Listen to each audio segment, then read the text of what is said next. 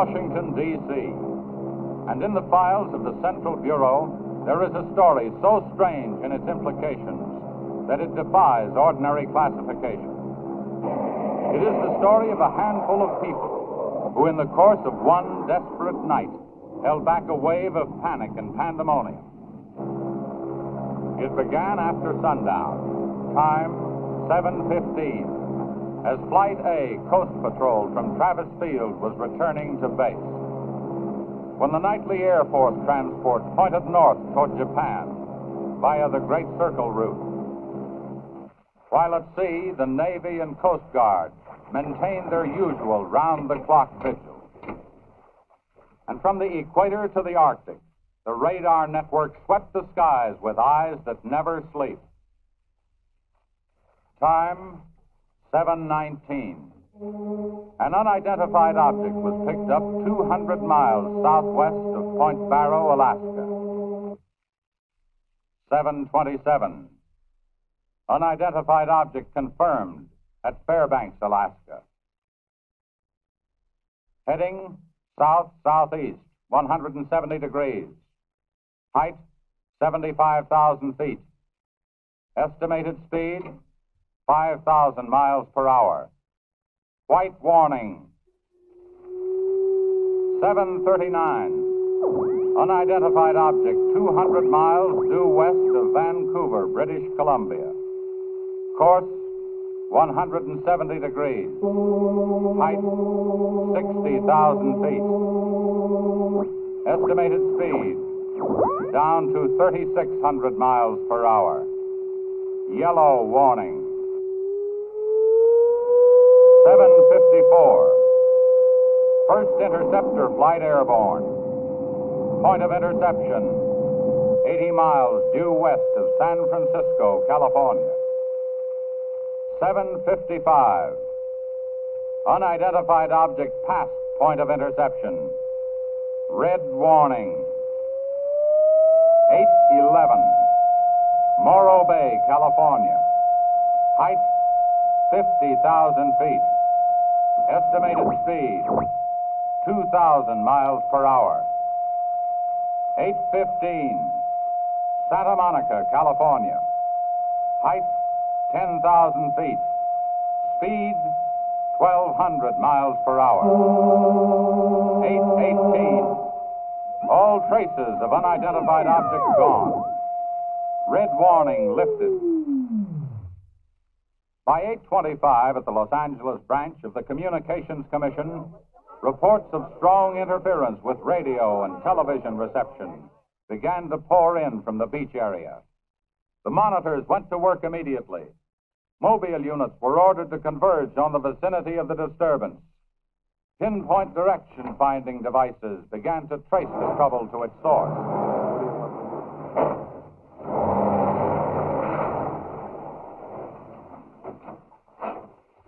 This is Mobile 1, Hazen speaking. We're at Ocean and Beacon Way, interference strength 2, bearing 27 degrees. Over. Mobile 1 from center. Roger. Over. Mobile Center from Mobile 7. Over. Go ahead, Mobile 7. This is Mobile 7. For Pacific Center and Beach 4. Interference strength 3, bearing 39 degrees. Over.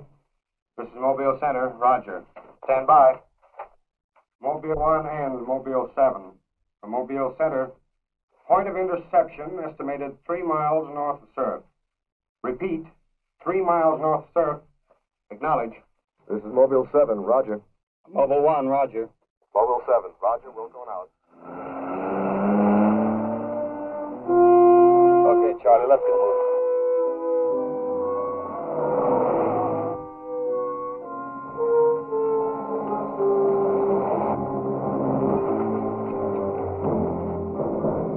Yes, what is it? Take me to a phone quick. I need an ambulance. What's the matter? My husband and Pete out there in the picnic grounds just above the beach. They've been hurt. Well, this is a communications car.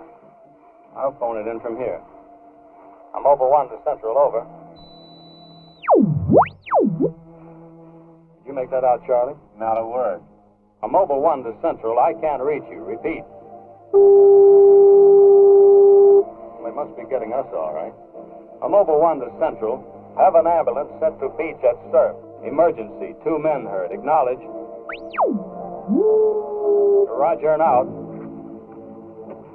I'm sure they'll be here soon now. Tell us what happened. Oh, this man, he just kept coming at us. It was awful. Who?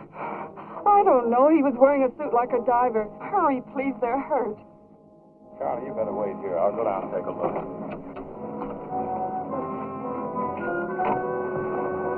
The young woman's hysteria became obvious as they reached the picnic grounds at the beach.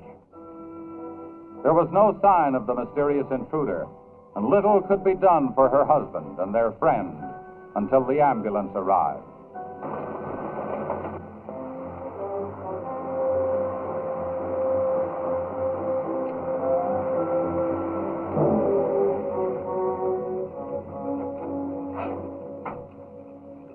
Hi, fellas.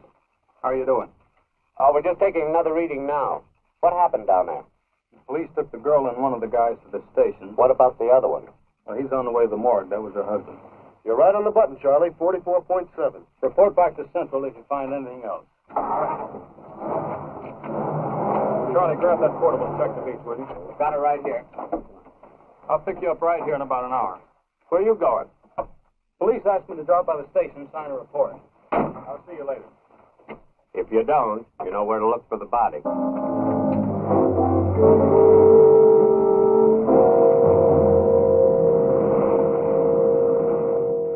Like I said, we were just starting to eat when we heard something tracking through the sand toward us. I looked up and couldn't see anything. Then Betty screamed. At what? I thought you couldn't see anything. At first we couldn't. Then this guy started toward us. What kind of a guy? How should I know? He was wearing some kind of a helmet over his head. He could have been a deep-sea diver or anything. All right. After you saw this diver, what happened? Well, we jumped up. Ed, that was Betty's husband, yelled at him to stop. But he just kept coming. I never saw anything like it. He didn't say anything. He just kept moving in. Then you say he attacked you. Well, we didn't give him a chance. Ed grabbed a piece of wood and took a swing at him. That didn't stop him. He caught the end. That's all I remember. Just because a man's taking a walk is no reason to slug him. Besides, you don't look like a guy who frightens so easy. How would you feel if somebody with a crazy helmet with pipes sticking out of it came at you in the dark? And look, I know this sounds crazy, but there wasn't any head in that helmet. No head. No head at all. It's the truth. I think you need some coffee. I don't want anything. It's all the same to you, Lieutenant. I've got to pick up one of my men at the beach. Okay, thanks for coming down, Hazen. Hope I didn't put you out. No trouble. So long. You too. All right, let's start at the beginning. How well did you know the dead man? And his wife? Betty and I went to school together. I knew Ed a year. How long were they married? About a year. Wasn't her husband a little older than she? I don't know. But you said you and Mrs. Evans went to school together. And you never discussed anything personal with her? She did mention he was older, yes. How much? 15, 20 years. What difference does that make? That wasn't too hard now, was it? Where do you live? 629 and a half East Palm Court. Why? That's where the Evans live, isn't it? Yeah, I board with them. You do, huh? Now, Mrs. Evans is a good-looking woman. What are you trying to say?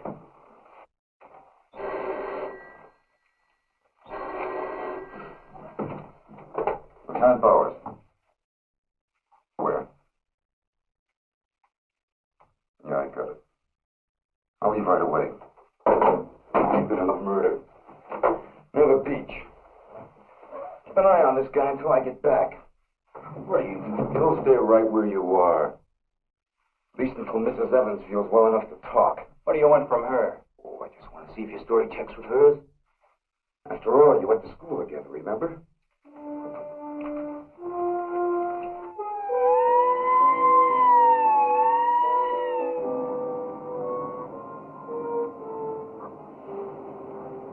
You say there were no witnesses, huh? None yet. Anything missing? I don't think so. The cash register wasn't touched. Get a breakdown of the inventory as soon as you can. What about fingerprints? The boys are working on them now.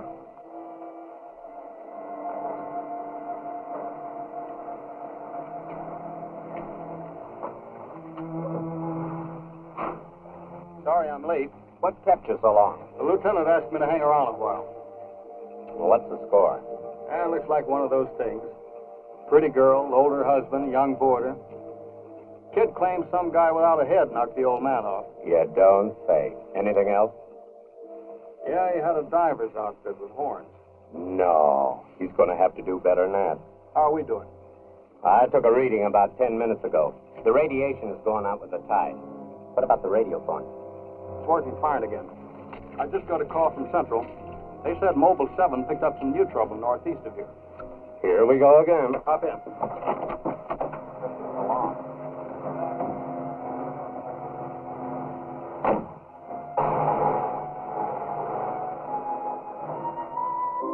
Who reported this murder? There he is there. Lives next door. Name's George Nelson. Hey, Mr. Nelson. Yes. Come here, will you? I'm Lieutenant Bowers, homicide. You found this body? That's right. He must have just locked up for the night when this happened. How do you know that? Well, he usually does around this time. What were you doing here? I was sitting home watching the fights on TV, and all of a sudden the thing started acting up. What has that got to do with it? Well, you don't know this set. You know, it wouldn't work at all when I came home to supper. Then all of a sudden it cleared up fine. So I thought, well, I'll get set to look at the fights again, and all of a sudden out it goes again. So I thought maybe the battery station down here was overcharged in the circuit, and so I came down to take a look, that's all. Hey, don't you ever quit work? What's up this time? Another murder? What are you doing here, Hazen? Same as before. Still trying to track down that signal interference. Hey, does that stuff work on TV, too? Well, it has been for hours. What'd I tell you? What's the matter? Seems to set one on the blink. Well, at least we know we're on the right track. How'd you make out with that boarder? He's still sticking to his story. The guy had no head. Well, I'll be seeing you. So long. Right.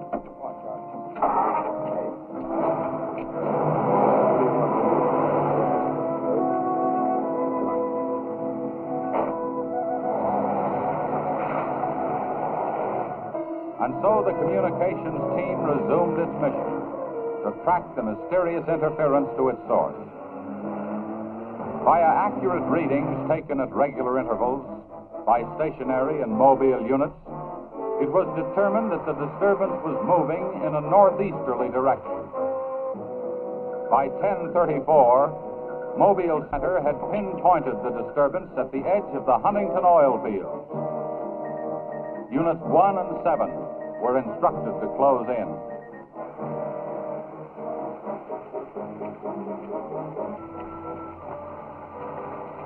Hey, Charlie, do you see what I see? Yeah, the oil field. Let's hope our trouble's burning up. Well, there's only one way to find out.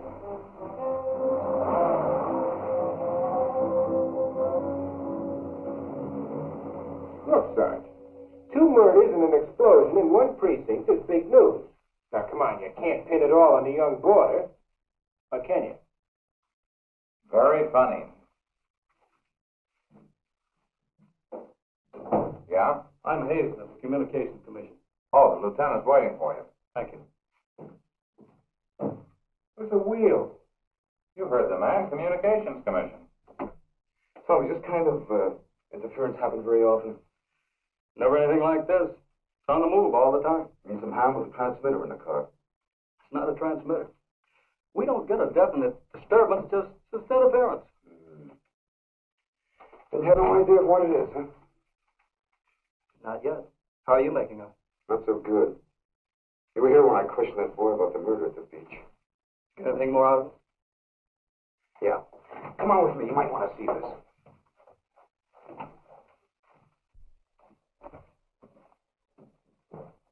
I see you're just about done. Thanks, you can go now.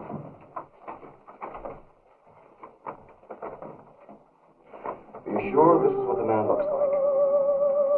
What do you say, Betty? Well, just about, only I think the tubes were a little lower down. And you still insist there was no head inside the helmet? I'm positive there wasn't. What about you? Well, it was dark. I couldn't swear to it. Thanks, that'll be all. You mean we can go now? Yeah, for the time being. Just stick close to home. I may want to see you again tomorrow. We'll be there. Come on, Betty. Kind of changed your mind about those two, haven't you? Yeah, I guess I have. Hey, look, bring in the old man, will you? Don't tell me you believe this story about this whatever it is. I know it's sounds as phony as it ever did. But, oh, sit down, will you please? You're the watchman at the Huntington oil fields? Oh, yes, sir. I've been with the company for over 22 years. Sit down. Will you tell Mr. Hazen here exactly what happened? Well, sir, like I said before, I was just closing the gate for the night when I saw this fella coming up. I was never so scared in my life. Yes, go on. Well, it wasn't the man so much as the suit he was wearing. Well, he wouldn't stop when I hollered at him. He just pushed his way right in there through the gate and walked right up to the tank. Now, you carry a gun? Did you try to stop him? Well, he was much too close to the tank. I was afraid to shoot. So I thought I might call for help. Just as I got to the shack, the tank blew up. Oh, you should see the sight. Yeah, sir, can you give us a description of this man? How would you say he was dressed? Well, sir, like I said before, he wore a sort of flyer's not outfit with a helmet attached to it. How tall was he? Oh, he was a giant of a man. And he had tubes sticking out of that thing, that helmet he wore. Can you tell us what his face looked like? Well, sir, though he got pretty close to me, I could swear the man had no face. Now, if you saw this man again, would you recognize him? I mean by his outfit. Oh, I'll never forget that sight if I live to be 100, sir. Would you say this is the man? Wait, sure, that's him. Thank you very much. You may go now. All right, sir. Thank you. Well, Hazen, what do you say now? Beats me. Descriptions check all right. This could be some kind of flying suit. High altitude equipment. Yeah, that's what I've been thinking. Well, how do you explain that stuff about the missing head? No, we can discount that. These people were frightened. Tonight, nobody really took a close look at it. I guess you're right. But whoever he is, that outfit doesn't look like one of ours. Of course, he could have been dropped by parachute. Sabotage? I think we better wire a report to Washington and see what they say. Oh, you can use our teletype. Ultrabo's the only place to police to be on the lookout for something unusual. Hey, wait a minute. What about the press? Oh, I don't think they know too much now. We better keep it that way for a while at least, till we find out whether our friend is still around here. Well, if he is, I think we can find him for you. My hunch is that he's carrying something around that's causing all this disturbance, whether he knows it or not.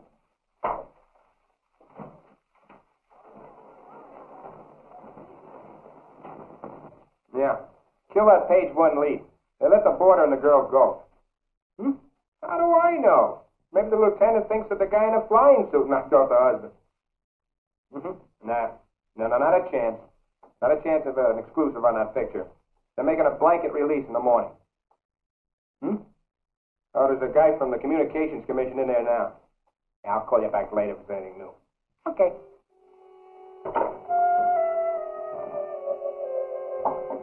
Come in. Sorry to interrupt you, Lieutenant. Yeah, what is it, Jim?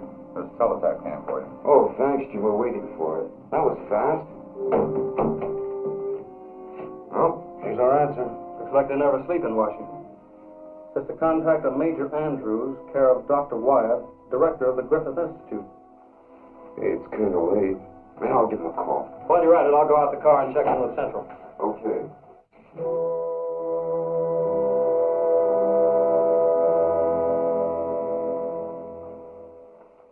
Well, that's the story up till now. We got in touch with Washington. They told us to contact you here. Very interesting. What do you think, Doctor? When I see something like this, I understand why you gentlemen might have thought sabotage was involved. Lieutenant, are you sure there were no traces of this saboteur, this X-man, found after the explosion in the oil field? Fire department went over every inch of the area. Didn't come up with a thing. Well, then there's a strong possibility that he might have perished in the explosion itself. I doubt that. We're pretty well convinced this man is carrying something that's responsible for all the signal interference. According to the last report I got, there was a definite disturbance about 3 miles east of the oil fields, sometime after the explosion. Well, then if he's alive, you should be able to keep an accurate check of his whereabouts. Not that easy. As a matter of fact, we lost contact about 3/4 of an hour ago. Maybe he realized you were trailing him and got rid of whatever he had that was causing the disturbance. In that case, there's nothing much my department can do to help you. I guess it's up to us. Unless you have some suggestions. Well, let me think out loud for a minute. It might just be that what we've been talking about so far, and this phantom, as we'll call him, ties in with what the doctor and I have been discussing. That is very possible. I don't know whether you know it or not, but somewhere around 7:30 this evening, our radar networks picked up an unidentified object off Point Barrow, Alaska. They traced it clear down to Santa Monica before they lost it. Santa Monica. That's where we first picked up our radio interference. Yeah. Right at the scene of the murder. Well, then, if all these things tally up, we've got some idea of how our man got here. You mean that he came in some plane? In that case, somebody would have seen it land and take off again. Or did it crash? No. No, we don't think it was a plane. No rocket or jet that has been built so far can attain the speeds of 5,000 miles an hour, particularly for such a great distance. And maybe we're on the wrong track altogether. Couldn't your unidentified object have been a meteor? They travel at a terrific speed. Yes, fast enough for most of them to burn themselves out the moment they hit the Earth's atmosphere. And did it occur to you that meteors are not very likely to travel horizontally, all the way from the North Pole to California? If it wasn't a meteor, or a flying missile of some type, how do you figure this phantom ties in? We're not sure that he does. I don't care what you say, but it doesn't make sense to me. Anybody trained in sabotage would stay undercover. This guy's walking around in a monkey suit, killing people. Excuse me, Dr. Wyatt. Is there a Lieutenant Bowers in here? Oh, yes. What is it, miss? There's a Mr. Wakeman from the Chronicle here to see you. Wakeman here? And what does he want? Well, there's only one way to find out. Before you go, Lieutenant, I don't believe you have met my assistant, Barbara Randall. Whoa, whoa, whoa. Hello. It's Mrs. Randall, Lieutenant. I'll be right back. Barbara, you know the Major? Of course. And this is Mr. The Communications Commission. How do you do? Well, I see you are working a little later tonight than usual. Yes, my husband's teaching a late class, and he won't be able to pick me up for a while. Besides, I had some work to do in the lab. Well, at least you'll have lots of company. All right. So I shouldn't have come up here. But I gotta get your angle on this beach murder. And your whole department is shut up. Look, Wakeman, will you stop bothering me? There's nothing to say. If you got an exclusive story from that Evans Damon or Board, then you know as much as I do. Yeah, but that still doesn't explain anything about the guy without a head. Come on. Who is he? Your guess is as good as mine. You mean you let those two kids go without knowing that? I don't buy it. Well, I did. Well, then you must have an awful good reason. I bet you're trying to tie it in with that other murder. All right, Lieutenant. Don't tell me. I'll get my story somehow. Oh, if you want to know how things turn out, read the Chronicle in the morning. That's right. Now get in touch with Charlie and Mobile One and have him call for me here. Okay, honey. Won't you come up with anything? No, we're just briefing Barbara here. It's just amazing the way you've been able to put these things together. Don't kid yourself, Mrs. Randall. It seems the press knows as much about it as we do. Well, let's hope they don't come to the same conclusion. Few lurid headlines, and every fool in the country will be seeing phantoms in spacesuits and men from Mars all over the place. Yes, I can imagine. And mass hysteria is difficult to check once it gets started. That's why we've got to move fast. Well, from the looks of things, I guess it's up to me. I'll be in touch with you as soon as I hear anything. See you. By 12:30 a.m., the dragnet was in operation. Mobile units patrolled the streets and countryside. They covered an area 35 miles square. Special and sensitive equipment was prepared for action. Everyone on the job was ready to move on the first signal from the Communications Commission. Monitor Corona to Mobile Center, strength 4, brickyard at 160th, moving toward oil fields. Contact your units. Over and out. Units 1 and 7 from Mobile Center. Units 1 and 7 from Mobile Center. Strength 4, interference at 160th in the oil field. Moving due east. Close in. Repeating, strength 4, interference at 160th in the oil field. Close in.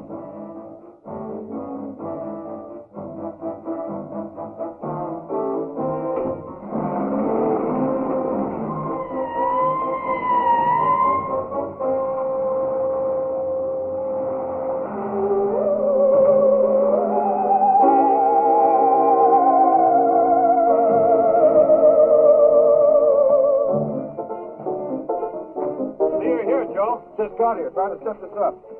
What gives, Hazen? It's in this area, all right. I thought the Geiger counter. Thank you, Doctor. Why don't walk over those oil fields? Well, it doesn't register as far as the oil field. I think we'll do better if we split up. Right, Lieutenant. You two go that way. Lieutenant, out here. Joe, you follow him. Come on, Doctor. And you? Oh, forget it.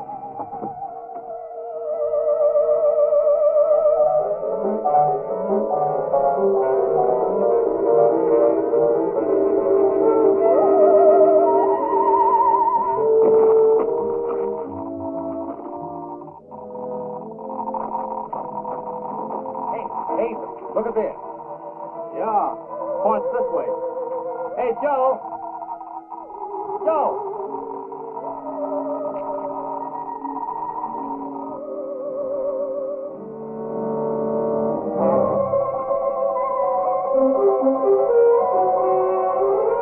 Hazen! Hey, Hazen! 603! Going strong. That's it, Doctor.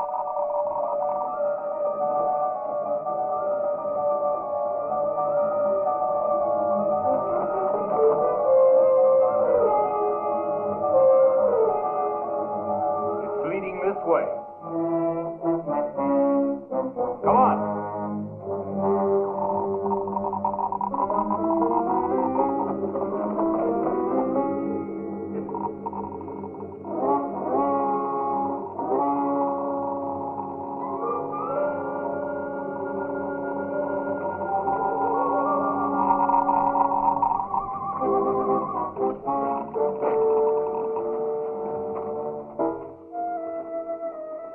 That's this way. Come on.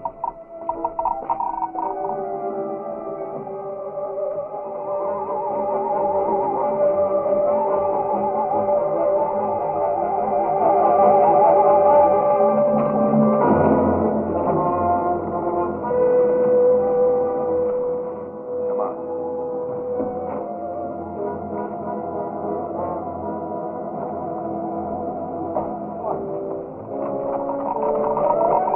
They're going strong.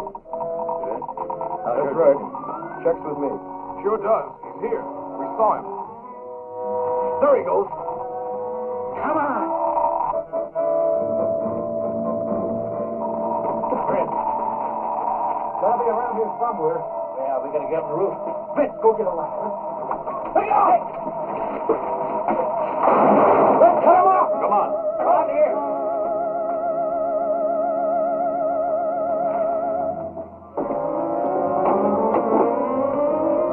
Anybody see him? There he is.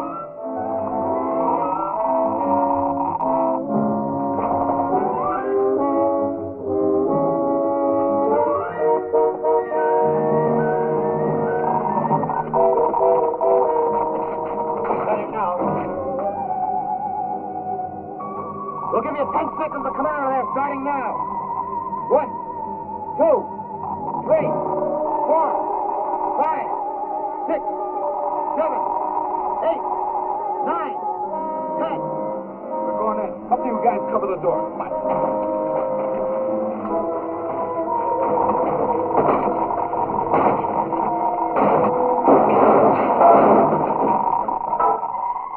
There's nobody in here. Possible. We saw him come in. Maybe he went out of the window. We won't get very far. Don't touch anything till we check for fingerprints. Oh, Doctor, over here. He left his suit and his helmet. Hey, let's spread that thing out so I can get a good shot of it. Go away, you fool. What's the matter? For your information, that's a Geiger counter, and it says hands off. I think you'd better wait outside. I just have a job to do. So do we. And I'm afraid ours will have to come first. And there's no radiation from the helmet. But look at this. So that's what's been causing all this trouble. Charlie, you know where we can pick up a lead-lined box in a hurry? Well, Mobile 7 should have one. They're right outside. I'll take a look. Hurry it up, will you? Unbelievable. Now, we all thought that this phantom might be carrying some device that was causing all the signal interference. But you'll learn that it's due to the very clothes on his body. That's not the only thing that bothers me. Did any of you get a good look at his face? Not me. He's too far away. Well, I did. Unless I'm mistaken, that helmet was empty. Hey, where am I going to put this stuff? Oh, put it in Dr. Wyatt's station. Let me take it back to the Institute. Right. Find out anything? No. No, that's all right. You can handle that.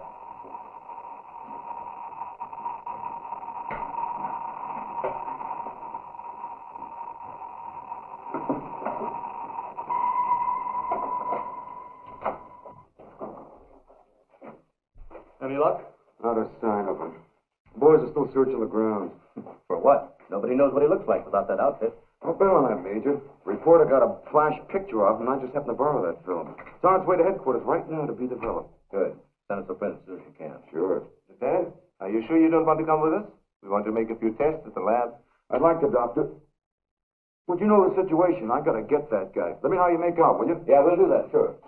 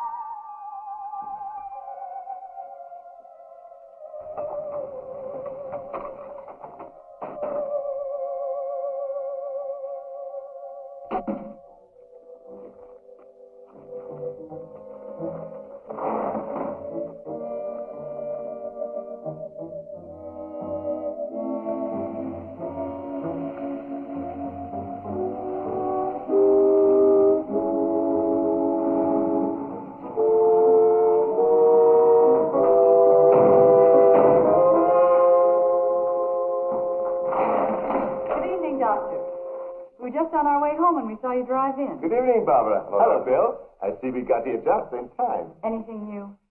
Lots of excitement, but that's all. Major, you know Barbara's husband? Oh, of course. How are you? How are you? Hey, it's a nice-looking dog you've got there. What's his name? His name? Venus. Say, Bill, I hate to ask this, but something important has come up, and I wonder, can we borrow Barbara for about an hour or so? I suppose so. Of course. Darling, why don't you go and do the shopping? Here's the list. The market's open all evening. I may as well. See you later, Helen. I'll take the dog and tie her up. Thank you, Bill. Good night. Good night. I'll give you a hand with it. Oh, thanks, Doc. Easy now. Look up your fingers. All right. Look out. Now, don't drop it. Ben, come back here. Ben, come back here.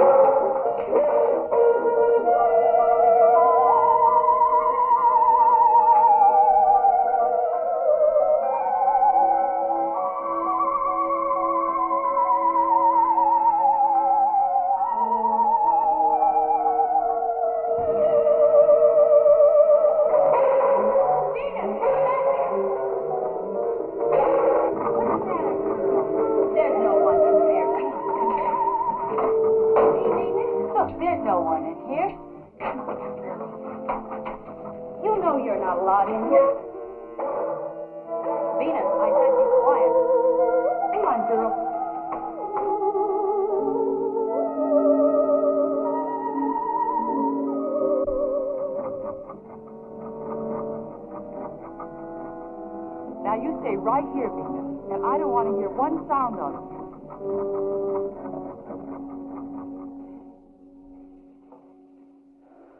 You were right, Doctor. There are no fingerprints anywhere. What's all this? Hey, don't touch anything. You better put some gloves on. Our friend, Mr. X, left this suit at the oil refinery. You mean you were that close to him and you didn't catch him? I'm afraid so. That's up to the police now. Hand me those shares. I want to cut up this material to work with it.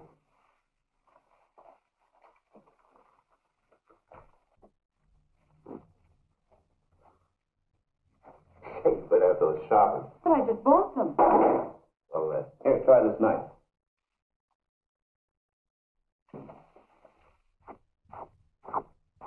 that still won't cut. Let me try.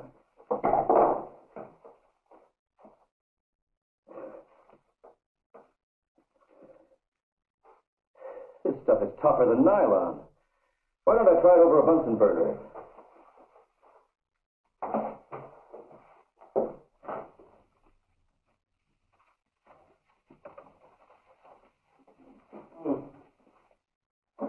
It doesn't burn either. Let's take a look at it under the microscope. Look, it's magnetic. Magnetic. Here, I'll... Radioactive. But apparently indestructible. Thank you.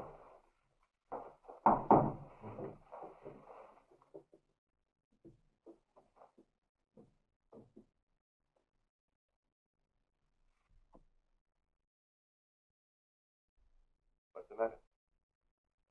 You tell me. Take a look at that weed.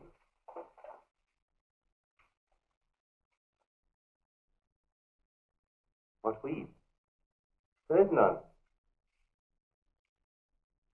This material is one solid mass. Matthew.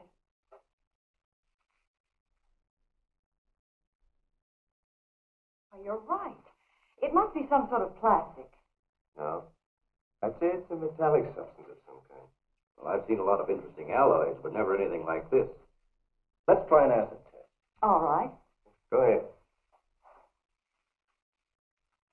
Careful now. We'll only take a drop or two.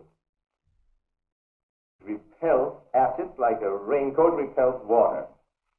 Why, there's no reaction. Well, Major, this looks as though we're going to be here for a long time.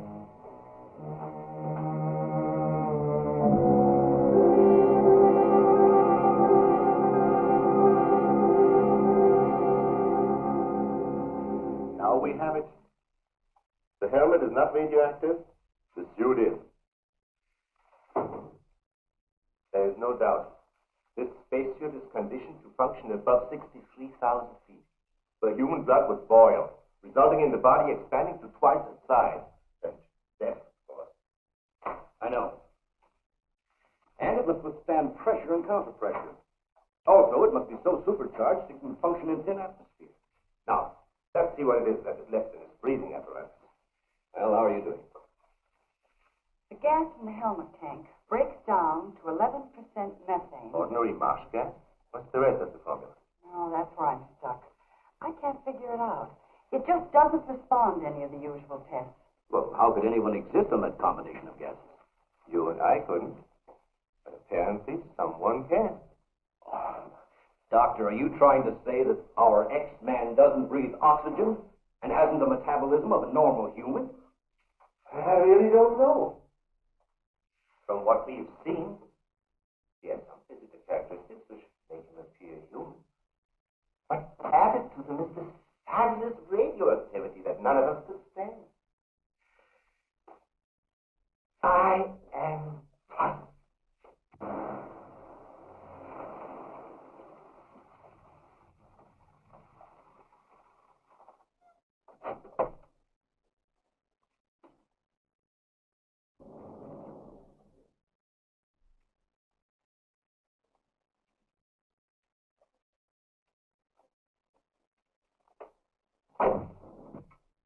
I think the answer lies right here in this helmet. Obviously, he needs it to survive. Otherwise, he wouldn't have risked wearing it where he was sure to be recognized. As it is, he only took it off when he was cornered. But if what you say is true, how can he exist without it now? Let me put it this way. It's like a patient in an iron lung. Sometimes one can be removed for hours at a time without any ill effects. Exactly. And I think the same principle applies here. And that means sooner or later, he has to get his breathing apparatus back or die. I don't understand. Well, I've got an idea. If we were to return this whole outfit to where he left it, he might be tempted to come back. Dr. Wise speaking? Yes, he's here. No, thank you. Hello, Major. Still at it, huh? Mm-hmm. No, we haven't got a thing, no. The picture? Yeah, hold on. He says the picture the reporter took of our man didn't come out. I was afraid of something like that. The radioactivity must have burned the emulsion. Hello. No. No, we didn't find any fingerprints at all in this clothes. Did you find any? Too bad. Hello? Will you wait there, please? We don't know what to make of this either. Have you heard from the communication boys yet? Well, let's hope they turn up with something. Major, excuse me. Hold on a second. Yes? It's Mr. Wakeman of the Chronicle. He insists upon seeing you. He does? lobby. Good. Hello? And it's our friend from the press is here.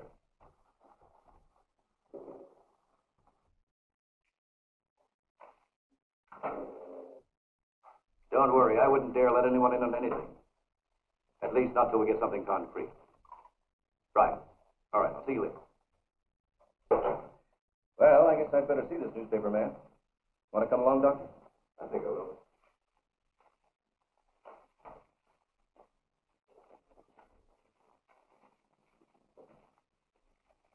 Oh, hello. Remember me? Certainly, yes. Nice lot of gadgets you got here. We think so. What's on your mind? Well, I was wondering if you might let me take a couple of pictures of that suit you brought up here. I'm sorry, we can't do that. Oh.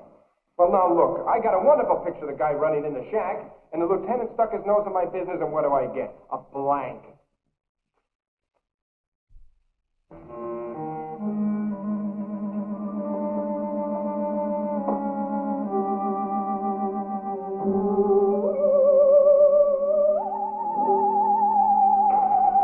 Is that you, Doctor?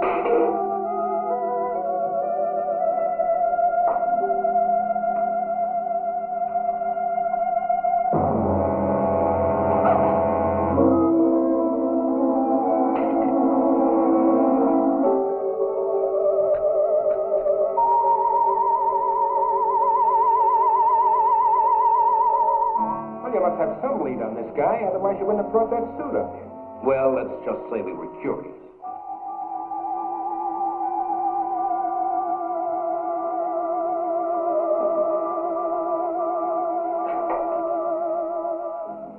Hello, Bill. I back so soon? Isn't Barbara through? I don't know. She's still in the lab. Why don't you go up and see? Thanks, I will.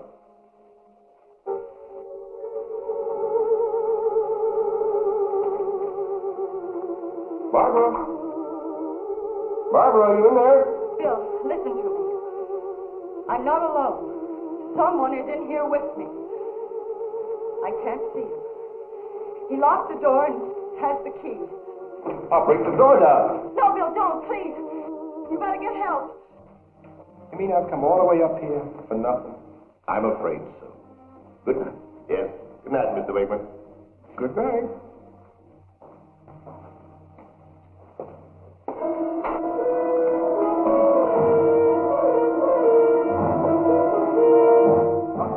Major, come quick. What's the matter? What's the matter? Where's Barbara? In the lab. The door's locked and there's someone in there with her.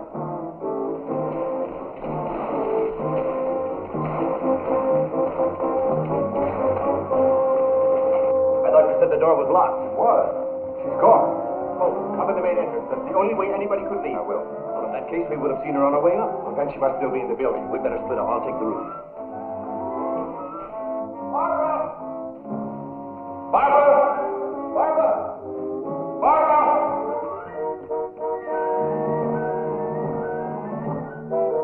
Barbara! Barbara! Where are you? Barbara!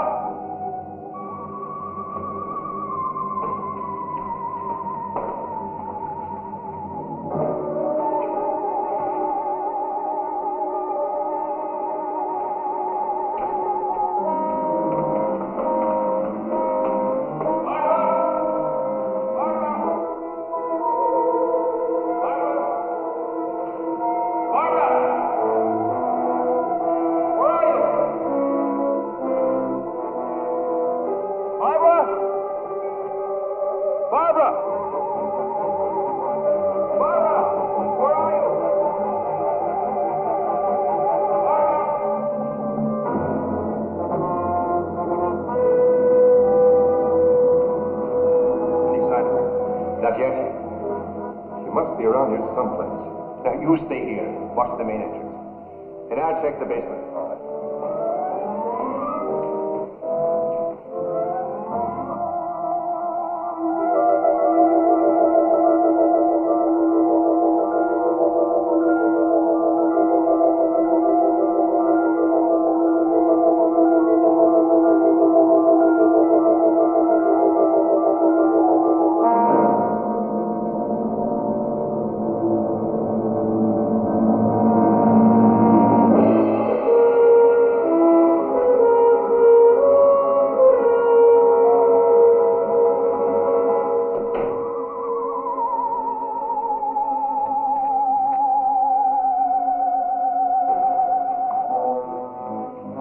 not up there.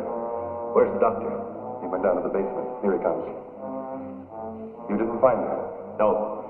I'd better call the police. But there's no telling what could happen to her in the meantime. Now, take it easy. We're doing the best we can. But she said she was locked in, and she couldn't see who did it.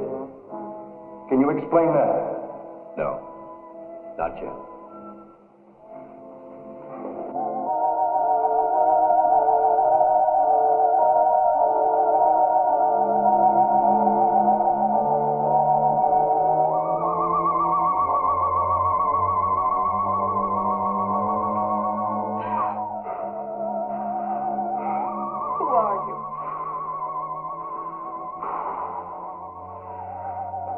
Don't come near me. I'm warning you, don't come near me.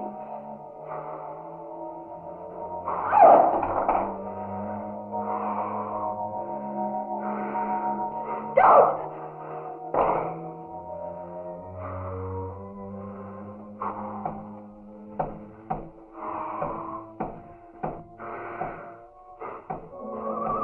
A code. I don't understand. You're trying to tell me you need it to breathe, and there isn't much left in the tank. 1, 1, 2, 1, 1, 2, 3.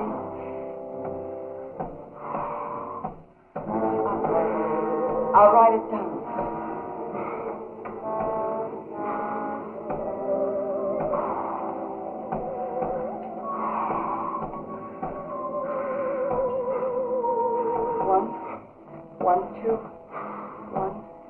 One, two, three.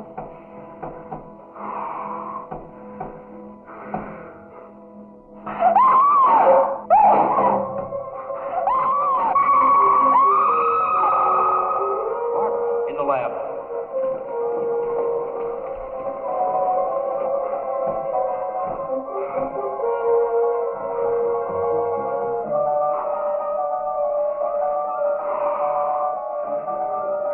No, please, don't. She's in there. Barbara! I can see his hands in the ultraviolet lens. Try to zoom in and sure it's Darling, are you all right? I think so. I'm looking for him. I just saw him, so he must be in here.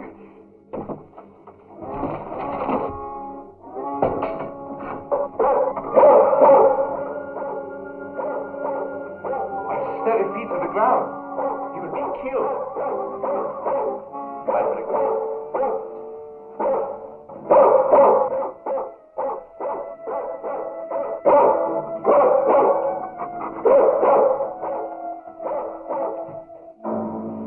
It was frightening. I couldn't see him. I didn't know what to do. Come here. Quick. Disintegrated. This is amazing.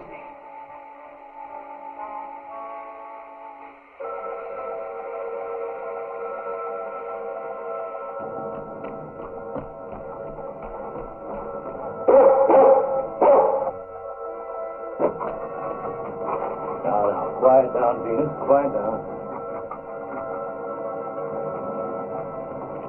Down.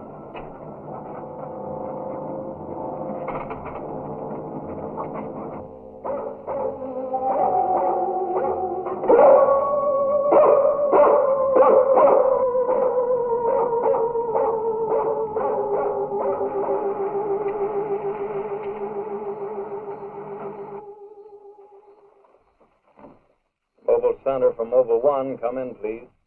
This is Mobile Center. Go ahead.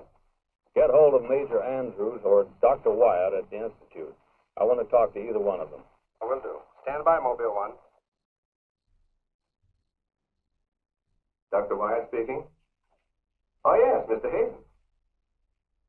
Yes, we're still at it. Lots and lots of excitement, but nothing definite yet. Have you anything to say? The trouble seems to be just about gone. We get a flash in the direction of the observatory once in a while, but I figure that's because of the outfit you're testing. Yes. Lieutenant Bowers ought to be here any minute. Of course. How long will it take you to get up here? Good. See you then.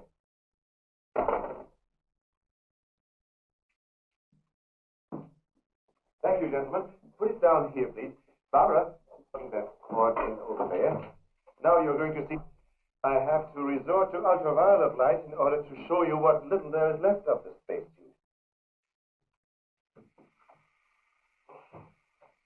As you can see, it has reduced itself to this liquid and it is in an evaporating stage.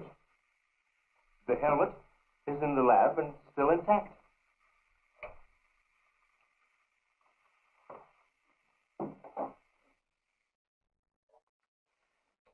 This is amazing. All the radiation in this suit would be fatal to a normal human being wearing it. Of course. And furthermore, our respiratory system could never assimilate gases such as we have found in that breathing device. Well, then we have to assume our so-called X-Man carried his own atmosphere with him. Excuse me. But as a matter of curiosity, why do we refer to this thing as a him?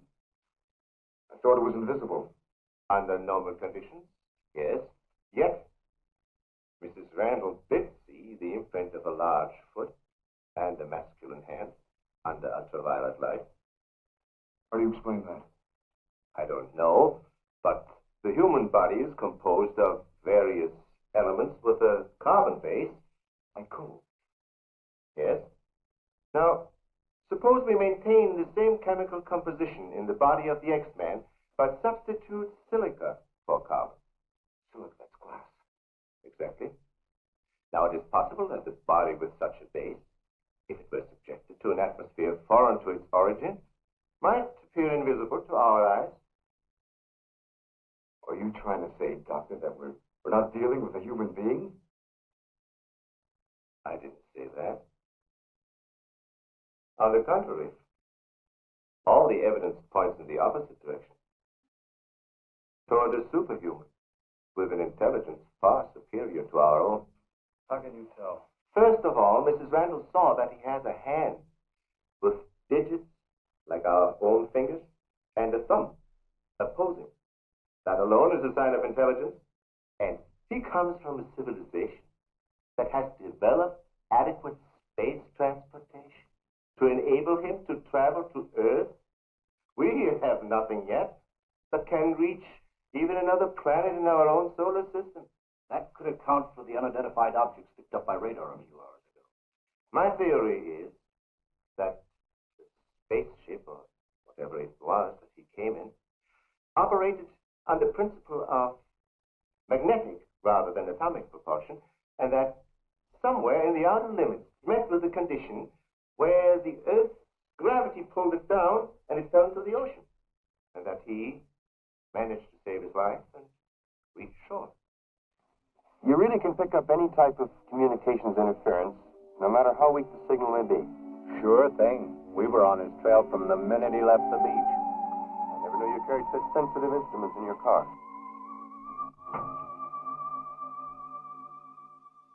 What you told us is very interesting, Doctor. But I've got to make an official report to headquarters. Are you willing to be quoted that the criminal we're after is a creature from another world?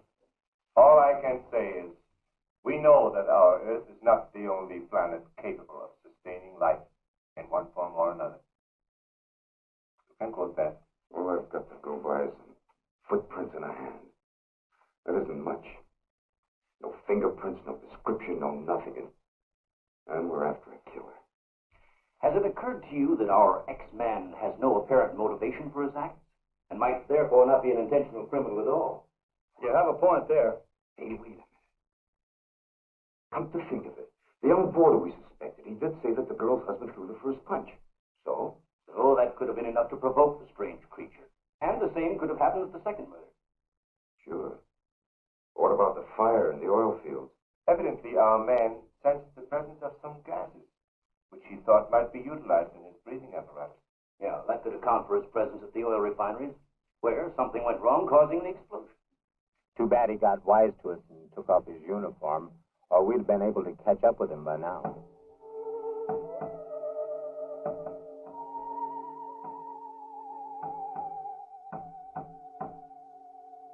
No, he didn't utter a word. But I'm convinced he was trying to convey a message to me. He kept tapping out a code. I wrote it down. Let me see that, please. Doesn't make sense. Well, it may be based on some mathematical system we know nothing about. But he was trying to tell us something. Why did he run away?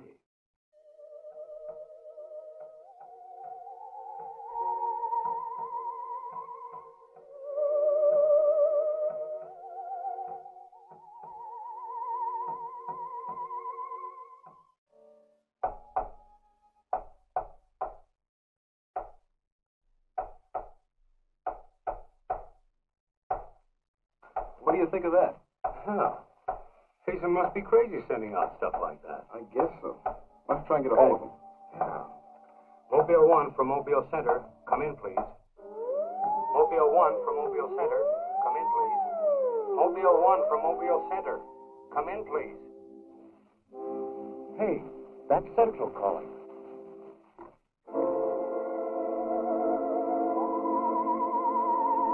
You better stay here by the car. I'll go tell Hazel. Yes, Grandpa. Of course, I'll mail you a complete report first thing in the morning. Yes, sir, thank you. Oh, and I'm awfully sorry to disturb you so late at night. Right, good night, sir. He's around here, this invisible guy. He was in the car. How do you know? I was talking to Randall outside when I heard Central calling. Before I could get over to answer, I saw the door open and shut by itself. He's desperate. For all we know, he could be trying to send a distress signal to his home base, wherever that is. Well, let's hope he doesn't get through. We've got enough problems with just one of those guys. Well, at least we know he's around in the vicinity, and it's obvious what keeps him around. Of course. He's got to come back for what little gas there is left in his helmet. And when he does... Oh, please, the most important thing is to take him alive. If we can only make each other understand, there's no telling how much science can profit. I'll go along with that, Doctor. But I've got to make sure that once he's cornered, I'll be able to hang on to him. I think we're all agreed on that. All right, good, then we must see it from his angle. He's in an alien world. No doubt we are as frightening to him as he is to us. Now, the most important thing, then, is to keep calm at all costs and do nothing to provoke him.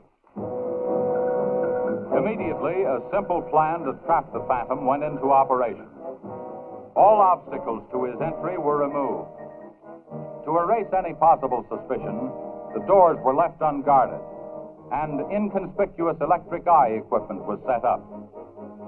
All this was connected to a makeshift control board, which would immediately signal the exact location of the trespasser.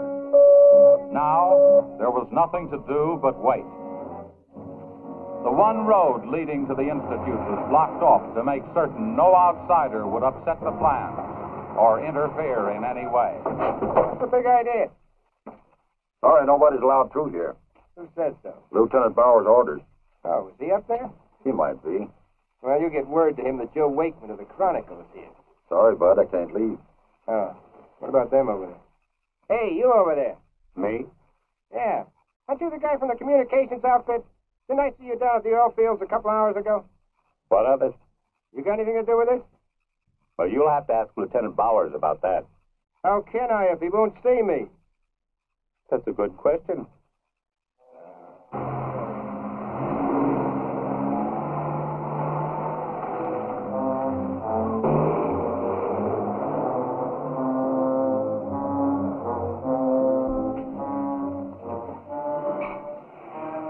Well, it's 4:45. Sure taking his time. Time is cheap. Yeah, but how long can you sit on the edge of your chair like this? Oh, dear, if we have to. Well, we hope this mechanism works. It will, unless he flies in between the wires. I wouldn't take any bets that he can't. Well, if everything else fails, we still have Venus here to help us. You know, I'm certain she sensed his presence before. That's why she carried on so.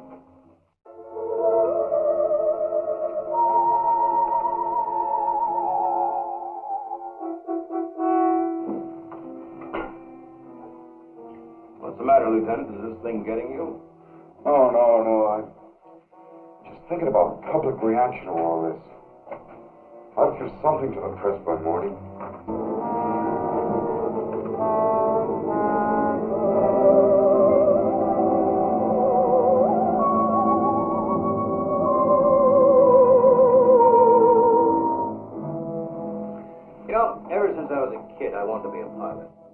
Then after I got my wings and had 75 missions, I thought I'd seen everything.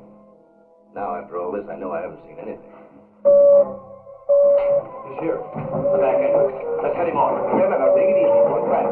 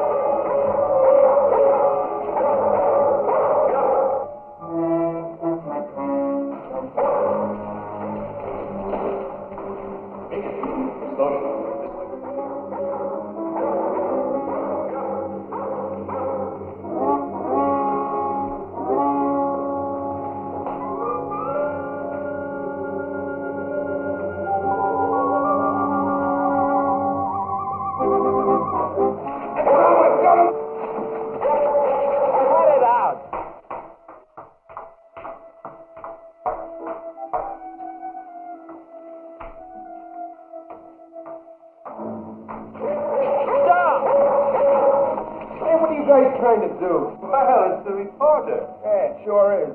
What's going on around here? You guys crazy?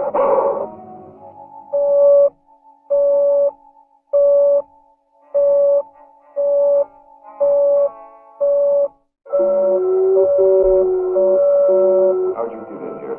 Oh, that don't make any difference. Come on, what's up? What's going on?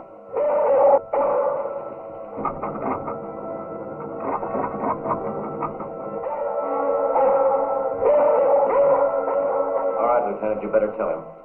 I'll reset the wires.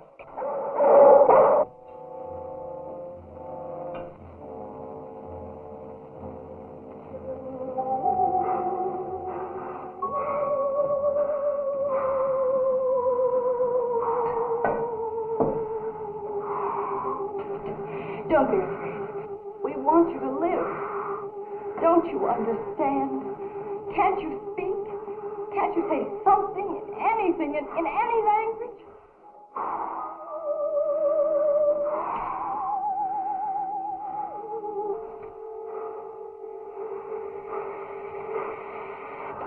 Listen, everybody. He's in the lab with me now. He's in the lab with me now. Venus, be quiet. The door's unlocked. Hurry. He's having trouble breathing. I don't think he can last much longer. And please, don't let Venus get at him. And walk in quietly. Quiet, Venus.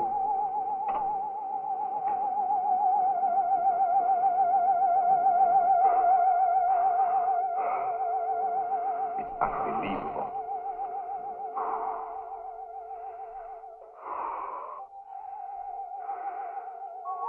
You see, there's nothing to be afraid of. Nobody wants to hurt you. I've tried to reason with him. I feel he understands, but he can't speak. Wait a minute. I'll try his code. I think I remember it right.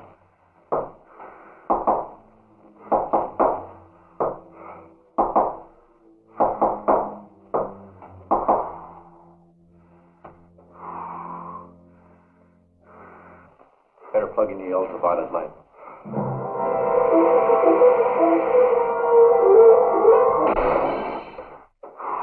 Oh, you scared him.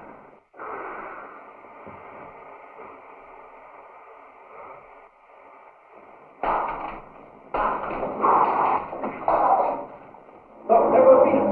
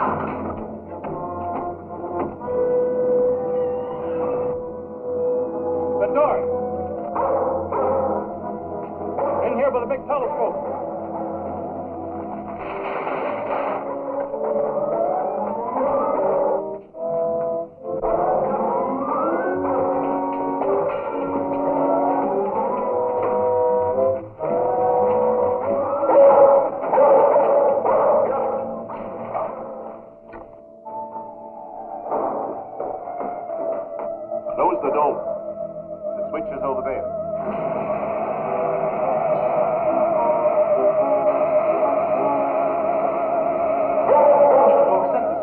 Quiet, Venus. Well, if he's in here, he'll never get out now. This is what I've been waiting for. Please, Lieutenant. This is our last chance. We have to take him alive. Plug in the lamps. There's an outlet here.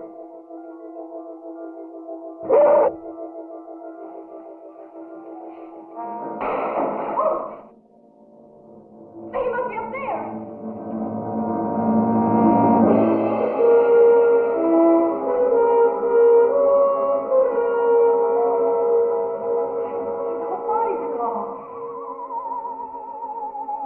If I hadn't seen this with my own eyes. What do we do now? Stand back.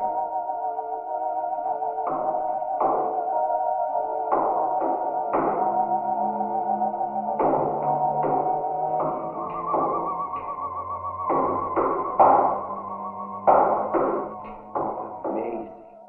This code again. Look. He's trying to speak, but no sound is coming out of his mouth. Look at Venus. She acts as though she hears him. Yes. Dog can hear sounds that we can. His voice must be beyond the range of the human ear. Maybe he's screaming. He's suffocating.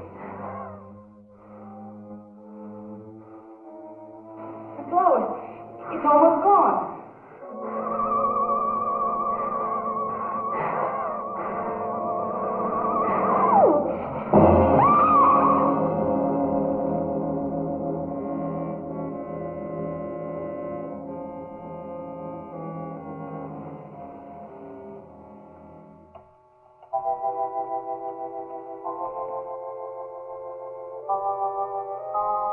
We won't need these lights anymore. In death, he has become visible as a normal body.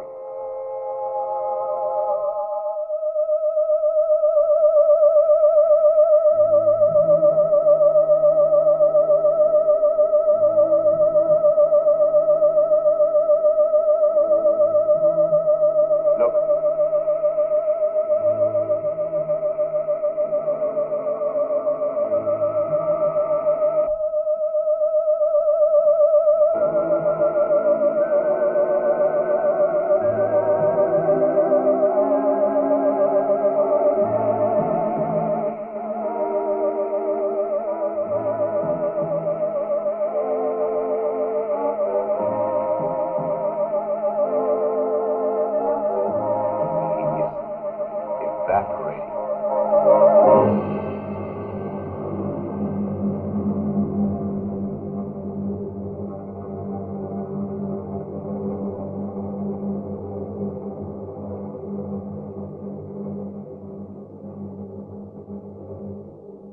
So he came here, wherever from, and right before our eyes, his body went through the final phases of life.